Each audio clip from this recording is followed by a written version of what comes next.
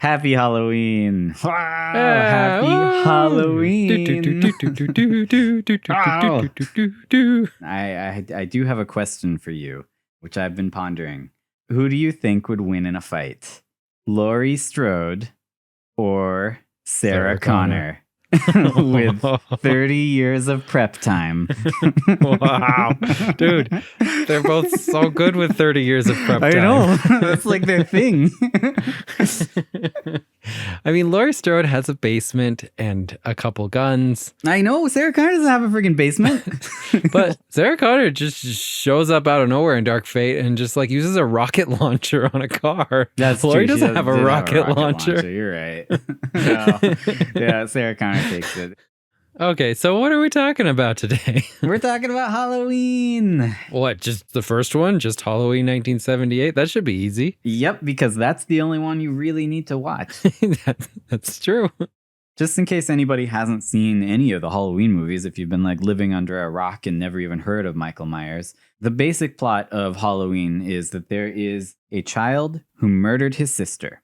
And then he basically went to an insane asylum for the rest of his life. He breaks out of the insane asylum as an adult and goes on a rampage. He murders and murders and murders. And the thing he likes to do even more than murdering is watching. He watches and watches and watches. His psychologist tries to track him down and stop him, and in the end manages to stop him. That's the first Halloween movie. All the other Halloween movies are kind of just redoing that. Michael Myers escapes or comes back, goes on a rampage, ends up getting stopped, usually by his psychologist, Dr. Loomis. Sometimes he has a sister, sometimes he has a cousin. You know, they switch it up. Sometimes it's 20 years later and all the other stuff was just a dream. Other times it's Rob Zombie directing it and everything's different. And sometimes it's 30 years later and all the other stuff was just a dream. Yeah, it's crazy. All right, what are we talking about? What's the theory here? I have a theory that the true villain of this series is not Michael Myers. It is Dr. Samuel Loomis. What? I believe that he is purely and simply evil, and it was his abuse that created the monster Michael Myers, making Michael into sort of a modern-day Frankenstein's monster who runs away, and Loomis is the Dr. Frankenstein who is coming after him, trying to stop him and destroy him, so no one can see his mistakes. So hold on. I just watched all the Halloween movies except for the Rob Zombie ones. And from what I saw, Dr. Loomis never hurt anybody and constantly tried to stop Michael Myers.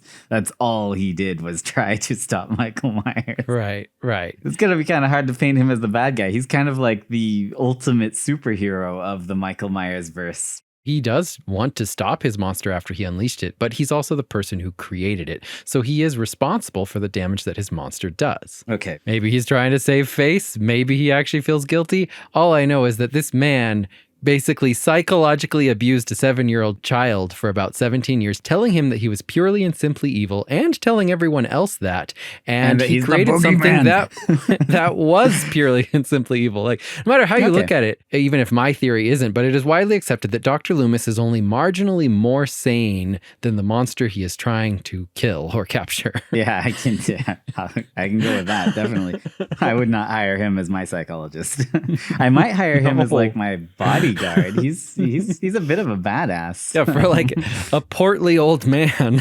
Yeah. The dude is just about as invincible as Michael himself. Dr. Loomis is absolutely unkillable. He survives all the same things as Michael Myers does. In many cases, worse. Like at the end of Halloween 2, that explosion is like so much closer to him than it is to Michael. In his face. and he gets a tiny burn. Which like just kind of goes away as that little trilogy progresses. I don't feel like putting on the makeup. You might be more describing like more of a self-fulfilling prophecy here. Like maybe Loomis wasn't trying to create a monster, but he was trying to counsel a troubled boy, and his version of counseling created a monster out of a troubled boy. I believe that his version of counseling, whether it was in good intention or not, I kind of believe it was not, was a form of psychological abuse that turned Michael into a monster. And I don't believe that he was ever, at least in the first film, purely and simply evil. I think he was a nuanced human who became purely and simply evil because of the evil man who treated him. Okay. I think he's a fun character to explore. Well, and for the record, we are not going to look at or discuss the Rob Zombie films. We are going with the, I guess you could call it main line. There is no main line, but... Let me talk our listeners through this because it gets a little wonky if you start to look at the timeline. So first, we have Halloween 1 and 2. This starts the original timeline. Then we have Halloween 3, which is a new timeline. Right. A timeline in which discussing that either. All the other Halloween movies exist as a fictional property because you see a trailer for the original Halloween movie on TV in Halloween 3. Right. It has nothing to do with Michael Myers. It's completely in its own continuity. Then we have 4, 5, and 6. Those go along with 1 and 2 in the same continuity. But then they reboot the entire series back to follow Halloween 2.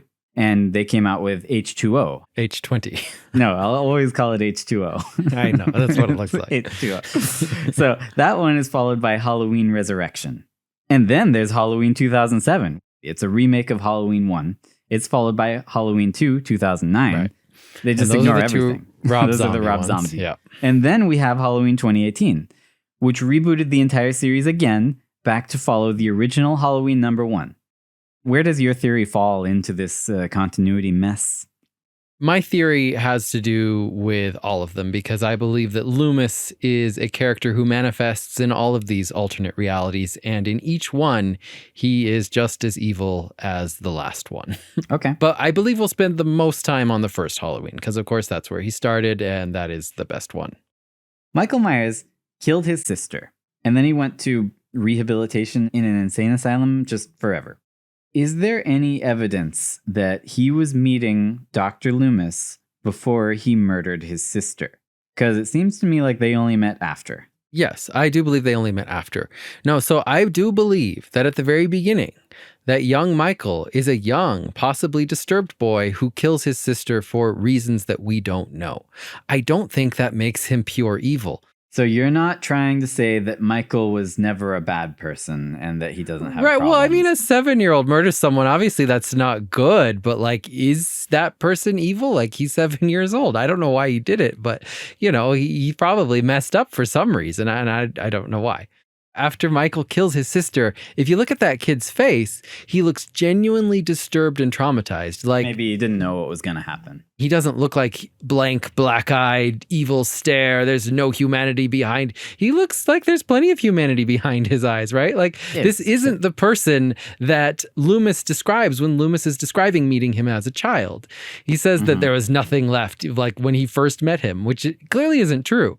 Do you think there's any meaning in him being dressed as a clown? He likes full body suits and he likes masks. All right, fair enough. Yeah. Those were the only full body suit and mask you could find. I get it. I think that Michael is very interesting in the first one. He's an interesting character. Oh, yeah, he's great. He's not super strong like as he is in many of the later ones. He's just a guy who kills people. Mm-hmm. He even seems to have some psychological issues rather than just being like a killing machine as he is in the later ones. Like the boyfriend wears that clown mask and he takes that clown mask to kill his sister. And he seems to have these strange issues with sex. Every single female that he kills in the first one is like thinking about having sex or, you know, going to have sex or something like that. Strode didn't get killed because she never had the chance to have sex. Yeah, though he does try to kill her. Oh, no. I think he's an interesting character because to me, it feels like there's a backstory there that is more than just purely and simply evil. And that's really cool because even though you never find out what it is, it makes you wonder. Well, and I like that clearly he is a person with like actual issues, and his psychologist like constantly is just brushing it away. Just being like, he is evil. Don't even consider him more than that. Loomis is just like, I didn't even want to try. No, yeah, we're first introduced with Loomis. He's driving up to the insane asylum with... Yes, he's there with Nurse Marion Chambers, played by Nancy Stevens. She was in Halloween 1. She returns in Halloween 2. She also gets killed in the very beginning of H2O, right after Joseph Gordon-Levitt gets killed. Oh, that was her. Wow. That was her. Hey, that's Still played by Nancy cool. Stevens. That's a fun. And she will be returning in Halloween Kills. What? Oh my gosh, dude! Still now played I'm by actually Nancy excited for Stevens. Halloween Kills. So their whole drive up to the insane asylum, they're like arguing. Loomis suggests that they inject Michael, who again is a mentally ill person who suffers from mutism. Like it's an actual psychological issue. He suggests that they give him Thorazine. The nurse, she seems really surprised at this, and she's like, he'll barely be able to sit up. And Loomis says, that's the idea. And she says, you actually never want him to get out, in response to that's the idea. And that's when he goes, never, never, never, never, never. But let's unpack this conversation. What this means is that Loomis is only taking Michael before a judge because it's the law, but he is planning on drugging him up for the sole purpose that Michael won't be able to do anything or seem sane, so they won't let him go. You're saying that he was planning to sabotage this whole trip to the judge? Yes, 100%. Loomis was trying to essentially sabotage any chance that Michael Myers might be found sane enough to leave. And the nurse is clearly surprised and shocked by this. And the reason he wanted to do this is to keep Myers here so he could keep turning him more evil?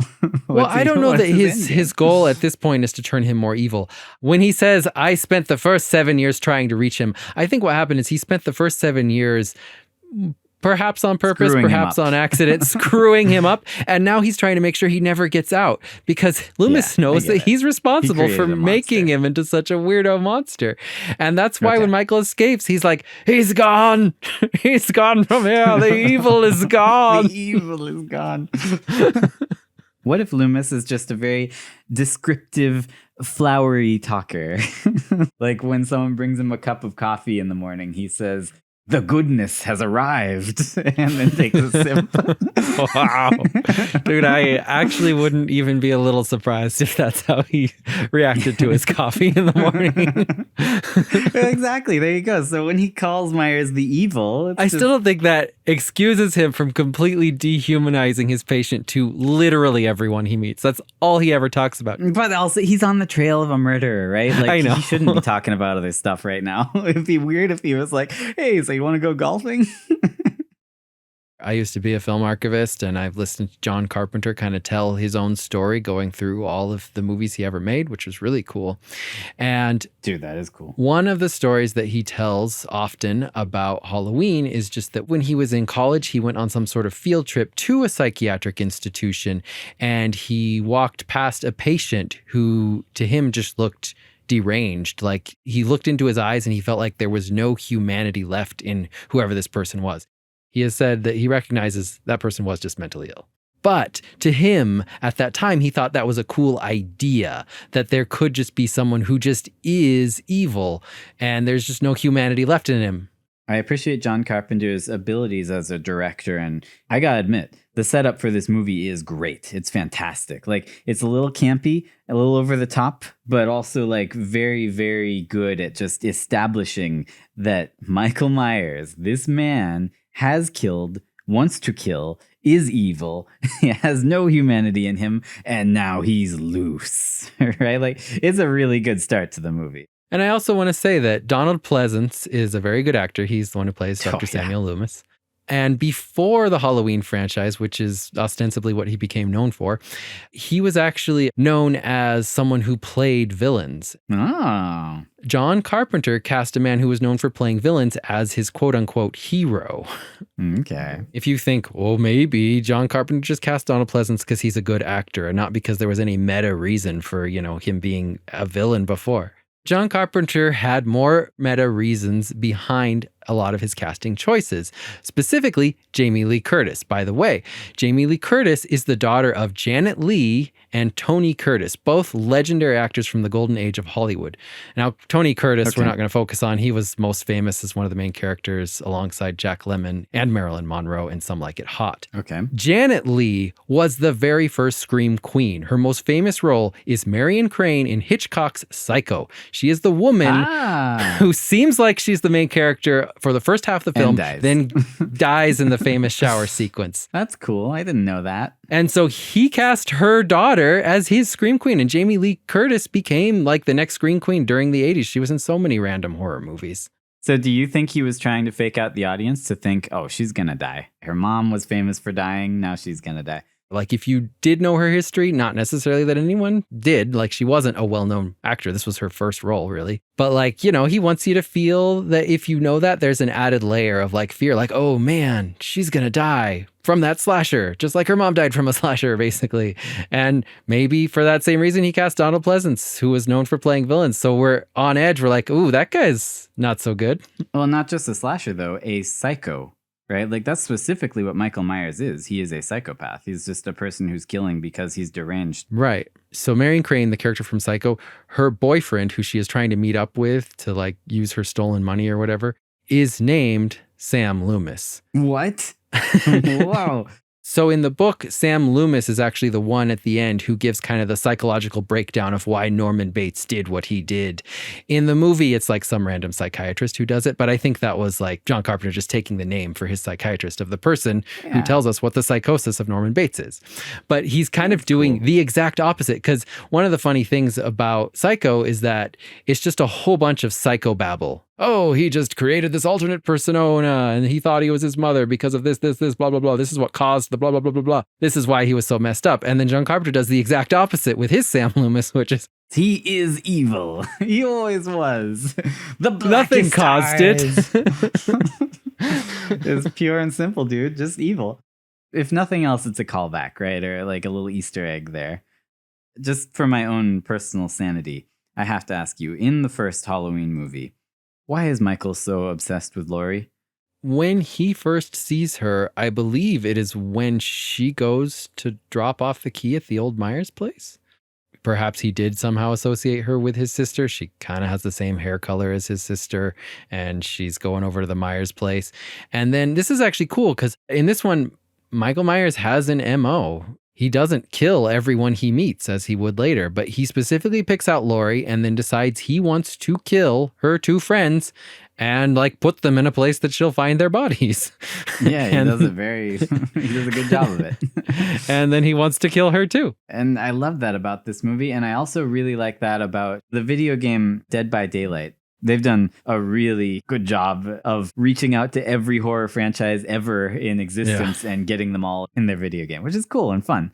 I like what they did with the Michael Myers character. If you play as him, his thing is that he like charges up his power by staring at the other players from a distance. So you have to just sneak around the map and stare at them. And as you stare at them, if you stare at them long enough, the song will start to play for them. Like for the one you're staring at, they'll start to hear like... That's pretty good.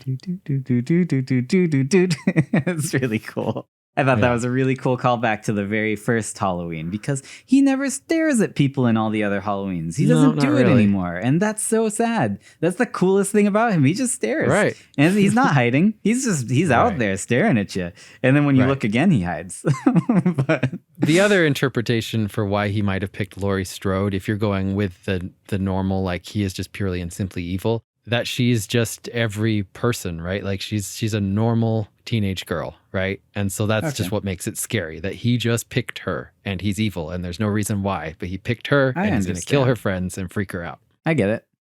After Michael has escaped and he's kind of prowling around, there's a scene where Loomis walks out of the hospital arguing with another hospital official.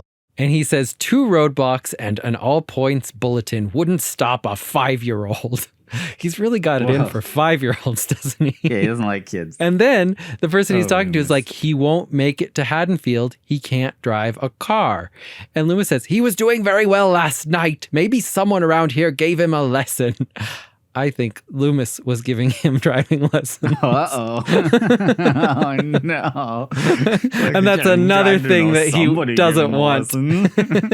He doesn't want getting out.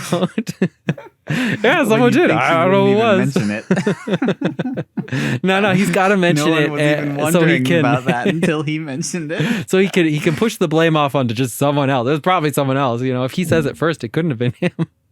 Yep. That's pretty good. But that is a question too. Like, if you don't believe that Loomis gave him lessons, who did? Like, Mike does a lot of driving throughout this series. Yeah, he likes to drive. One thing about John Carpenter that we will get into right now is that he has said that many of his films were based on German expressionism, which in a lot of those paintings, they just showed like these wide, almost landscapes. He loves wide landscapes. Everything in the frame is important. And as Loomis has a conversation with this person as they walk out of the hospital, Loomis says all of this as he gets into his BMW, which is parked in a handicapped parking spot.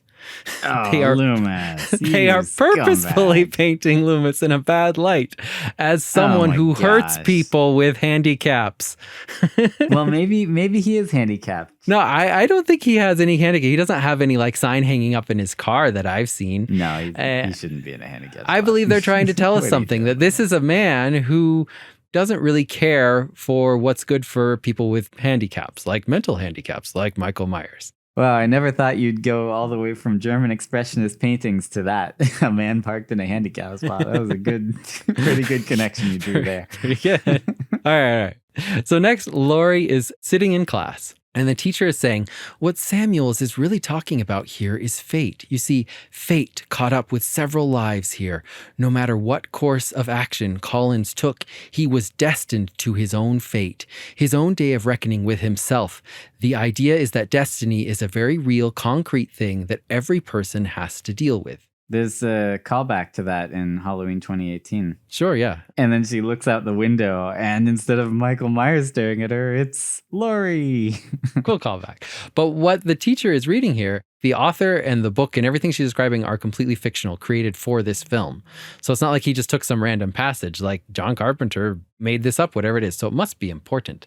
He's saying that there is a destiny. Let's look at this. The fake author's name is Samuels. Dr. Loomis's full name is Dr. Samuel Loomis. Samuel Loomis. Basically, what this teacher is saying is that the author Samuels wrote the fate of a character named Collins. Collins' end was inevitable because of Samuels, the author. Much in the same way that Dr. Samuel Loomis has written the fate of Michael Myers by calling him evil and reinforcing this for so many years, he has created an unavoidable fate of being a monster for Michael Myers. Oh, man. That is too good. And as the teacher is reading all of this, talking about Samuels creating the fate of Collins, Laurie is looking out the window at Michael. I didn't pay so much attention to this scene. I was more just, watching, thinking like, hey, whoa, there's Michael. He's staring at her. So Annie and Linda are walking home with Laurie. Michael drives by in the car, staring at them. He's driving by very, very slow. And Annie calls out to him, speed kills, I know. It's like, that's the weirdest thing to call out to this But slow she guy. knows it was ridiculous because when Michael stops, she's like, what? He can't take a joke? He has no sense of humor? Well, I thought that he drove past them slowly, but then kind of sped away. Even when he speeds away, though, he's going pretty slow. Yeah. Okay, another random bit of trivia. So Annie picks up Laurie, and the song that is playing on the radio when Laurie gets into the car, it's a song by a band called the Coupe de Villes, and the members of the band include John Carpenter, who is the director, Nick Castle, who is the guy wearing the Michael Myers mask, and Tommy Lee Wallace. That's true, yeah. Wow. The Coupe de Villes also later did the theme to Big Trouble in Little China, but of course, John Carpenter does all the music for all his movies. So, isn't his own personal production company is called like the Grand Something Orchestra or something? Yeah, he gives him like some orchestra name for this film in the credits, but it was just him who did the whole score. Around this point, we find out that Michael Myers took the headstone of his dead sister from the graveyard. And this is just one other fun thing that I think implies there is more to him than just pure evil. There's more going on in there than just kill everything I see. Like, Yeah, he certainly doesn't do anything like this later. and then later he puts that headstone behind dead Linda in bed after he strangles her. Like something's going on here, and that's really cool. I don't know what it is, but it's really interesting, and it's more than what Loomis keeps trying to convince us it is. Yeah, he's not just purely and simply evil. In this movie, even though this is like the first slasher and Laurie Strode is this perfect little good girl and that's why she survives, she actually does do drugs. Like she smokes a joint with Annie in the car. Wow, and then they pull right up next to her dad, of all people. Yeah, her dad, who is the sheriff, Sheriff Brackett. Yes, the sheriff, yes. I loved it because this is like establishing how police work in slashers. Right, no, it's like strangely prophetic. Her dad is like, man, there's these people. Someone broke into this store and stole knives and rope. It must be kids pulling a prank. Clearly planning on murdering someone. They stole a mask and knives and rope. Yeah, those are the knives three. and a rope. Dang teenage kids pulling pranks. Annie says, you blame everything on kids, which is just like a cool prophetic line about how all slashers are going to work from now on. It's always those dang kids. In this same shot where they meet Sheriff Brackett, I just love this shot. And of course, Carpenter does a lot of these throughout, but I like this one especially. This is when Loomis first shows up and meets Sheriff Brackett. And it's just amazing how Michael is just in the background the whole time in his car, just waiting at the intersection. He's there during their whole conversation and you have like no idea. And then he just turns left and drives past and you like almost don't even notice him unless you're looking and you can kind of see his white face in the car. It's just a really cool shot. He likes watching. So they go to the Myers house where Michael apparently ate a dog. Yeah. Oh.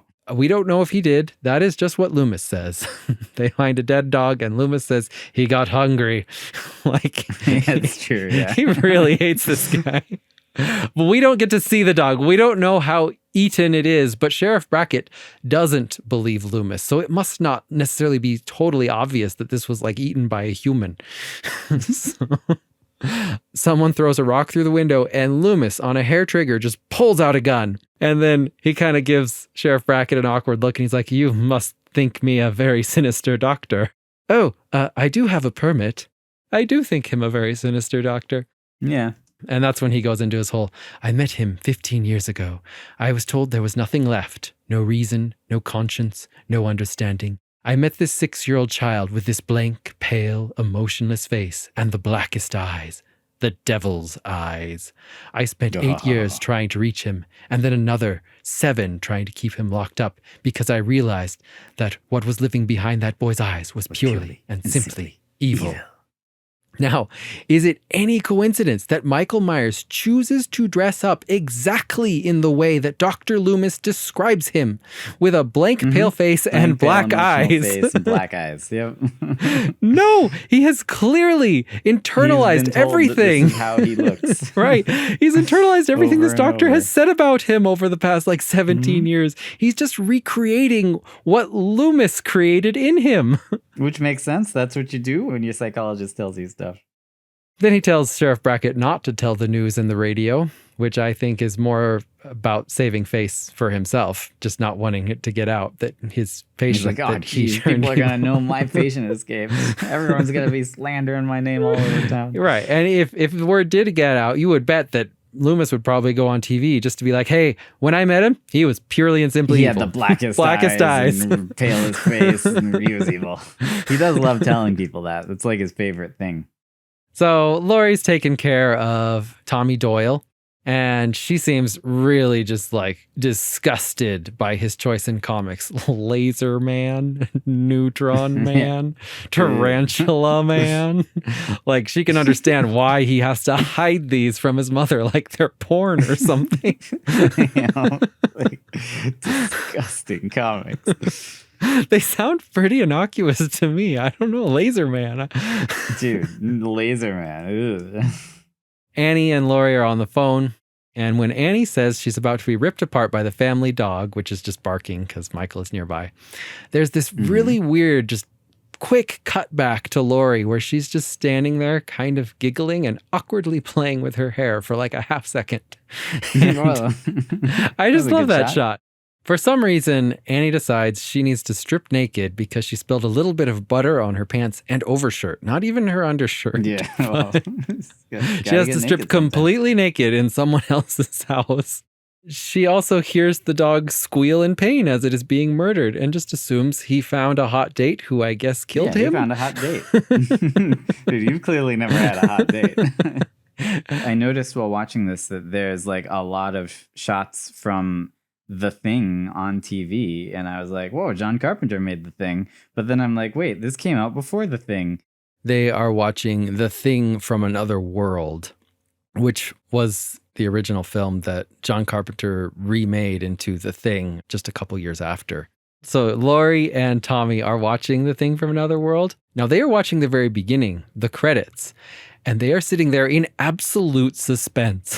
Like, Laurie can barely even respond to the kid because these credits are so engrossing. And let me tell you, I've watched the beginning of The Thing from Another World, and those credits go on for a while. I mean, no, this is a subliminal plant by John Carpenter to be like, appreciate the crew, appreciate the director, watch the credits. All right. So Annie dies in a car. She gets strangled in a car. And after Annie's death is when Loomis is doing what he does best, traumatizing kids. He took the time to stop and prank some little kids. Just wanted to scare the crap out of them. You. I mean, I think this gives us some insight into his methods, right? Like, that's how he deals with kids. He's not honest with them. He's not open with them. He wants to scare them and control them.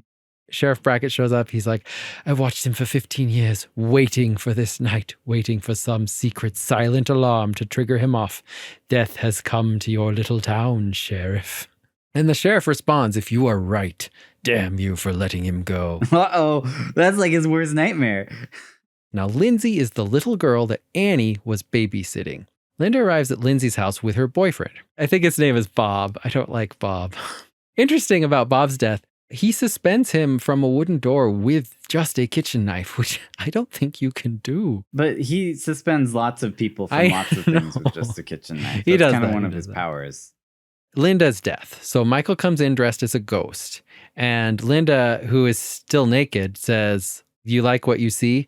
Now, I want to point out, Michael probably can't see anything. No, he can't see a thing. He's got 2 masks on. Well, he's got a mask and a sheet, and he's wearing Bob's prescription glasses. And he's looking through 2 holes in a sheet. You're right. And he's got a mask 2 on. Masks and glasses. Michael can't see a thing right now. Dude, Michael was just putting things. He probably thinks he's being so funny right here. He's like, oh man, I'm going to put on this sheet over my mask and I'm going to put on some glasses. No, that's good because it actually shows that whatever Michael is trying to do or accomplish in his sick, twisted mind, he has a sense of humor. Like, why would he do this? Right. And this scene has always struck me as odd because, again, I saw a lot of the later Halloween movies before this one. Mm-hmm. This is just so not in keeping with the personality that Michael has, at least later on. But it's very much in keeping with John Carpenter's Michael, who really does just like to mess with people in weird ways without speaking. Mm-hmm. So Laurie decides to walk across the street and discovers the bodies. In an archival interview, Jamie Lee Curtis tells the story, and she asked John Carpenter because she's like, why am I going across the street right now? There's no reason for this. That's a stupid thing for me to do. And Carpenter said to her, it doesn't matter if it makes sense. This scene is here purely for that moment when the audience all lean forward and shouts at the screen, don't go in there. Yeah. But I will say here that this is actually one of the few times that Laurie Strode's actions do make sense. Yeah. Because she tried to call her friend Annie, and Annie didn't answer. Yeah. And she's babysitting Lindsay right now. And also, she doesn't know there's a killer yet. So it actually makes perfect sense, I think, for her to go across the street. But this could explain many of the other actions she takes later that make zero sense. Like, don't sit there with your back to the killer. Don't drop the knife. But it's all there for John Carpenter because he knows we're going to be yelling that at her. Either way, she knows her friends are dead and there's a murderer chasing her. The neighbors are home. She pounds on their door. They see her through the window and then they're like, meh. Yeah. They don't care. They don't give a crap. She knows this is bad. Like, her friends are actually massacred and there's a murderer steps away from her. She brings the murderer home to the kids she's babysitting. What on earth are you doing, Laurie? Well, you gotta understand. That's the worst place you could bring this murderer. This is Laurie Strode, and this is OG Laurie Strode, not some lame 2018 Laurie Strode. Nothing she does makes like logical sense. Like, she's just like insane with panic and is constantly fluctuating between total panic and just completely catatonic. Yeah, she does that a lot. Either way, she stabs him with a knitting needle in the throat. She gets him good, and he's pretty much unfazed by this. Like, he lays down for a bit, and then he's like, I'm okay. He sits up. Which I think is kind of points for like him having been supernatural all along. Because that's not just like a shrug it off kind of injury. That's like, oh my gosh, you punctured my throat. I need to go. Right.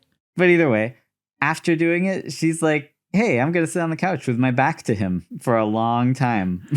I'm just going to sit here with my back to the dead murderer. Just sitting here on the couch. Dude, she's so good at sitting there. And she does that again, like a couple minutes later. She does it again, just a few minutes later. Same thing. Right after she manages to kill him again, she stabs him in the eye. All she needs to do is not stand there with her back to him. That's the only thing she needs to do. But at the same time, you're on the edge of your seat. So like, it totally works. As all this is going on and Mike manages to cheat death twice to this teenage girl who keeps stabbing him with things, man, Michael Myers must have been so surprised to see his psychologist suddenly standing there with a gun. Like, he must have been like, what? What the heck? What are you doing here, Loomis? One of the favorite mazes that I went to at Universal's Halloween Horror Nights was when they did the Halloween maze, and they knew going into making this maze, all we've got here is Michael Myers. And so you're walking through different rooms and it's like, oh, there's Michael Myers. Oh, in another room, there's Michael Myers. And then there just keeps being like more and more Michael Myers until the second to last room, you walk through a room that is literally just like hundreds of lined up Michael Myers. Oh, that's really good. I love and it. Some of them are fake. That's like so some of them good. are mannequins, but some of them are real. Will like jump out at you. Oh my gosh, that's so good. And then the very last room is that bedroom in the first movie, and it's just Loomis in one corner with Yes. with Michael like slowly walking toward him, and he's just shooting over and over again as he slowly like each shot drives Michael back one or two steps until finally he drives Michael back to the other side of the room, and he's like, go, get out, I'll hold him off. But if you stay there, they just keep doing that over and over again. So is the next room after Dr. Loomis holds off animatronic Michael Myers? No, it's not animatronic. It's an actor. Oh, it's an actor. They're just doing the same thing Even over and better. over again on a loop, but What they're a job. totally real. That sounds like fun. Yeah. I would love to get paid for that. No, is the next room full of Dr. Loomis's? Just like the previous room was full I of wish. Michael Myers? No, unfortunately, when he tells you to get out, you just walk out and that's the end of the maze. So wait. So she stabs his eye with a coat hanger. And then later on, when she's fighting with him in the hallway, she pulls off his mask for a brief second. And you just see his face for just a moment. And people came up to John Carpenter afterward. They were like, oh, he was so hideous. He was so deformed. That was the scariest part of the movie. And John Carpenter has used this to say, like, that's the power of suggestion, right? Like, because the guy who played him was just a normal guy. He wasn't hideous or deformed, right? He was just a guy. So like, that's what because they only saw him for a second, that's what they imagined. But I would disagree with John Carpenter.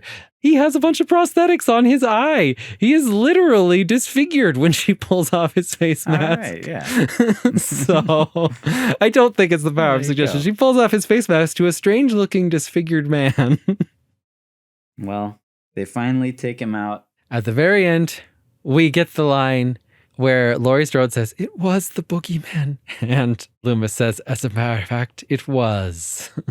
Having watched it and appreciated it, I truly think that Halloween is the perfect Halloween movie.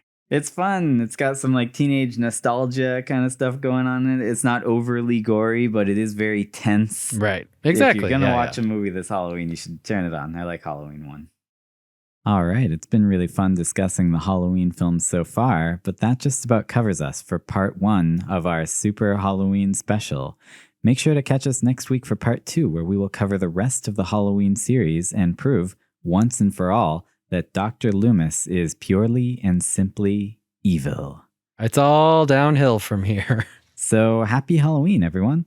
Go ahead and watch the Halloween movie with our theory in mind and let us know what you think. Music for this episode was provided by Christine. And if you like our podcast, leave us a review. You can find us on Facebook, Twitter at Popcorn Isn't Real. Tell your friends about us if you believe our theory. Let them know. And remember, the popcorn isn't real. real. Do, do, do, do, do, do, do, do, do, do, do, do, do, do.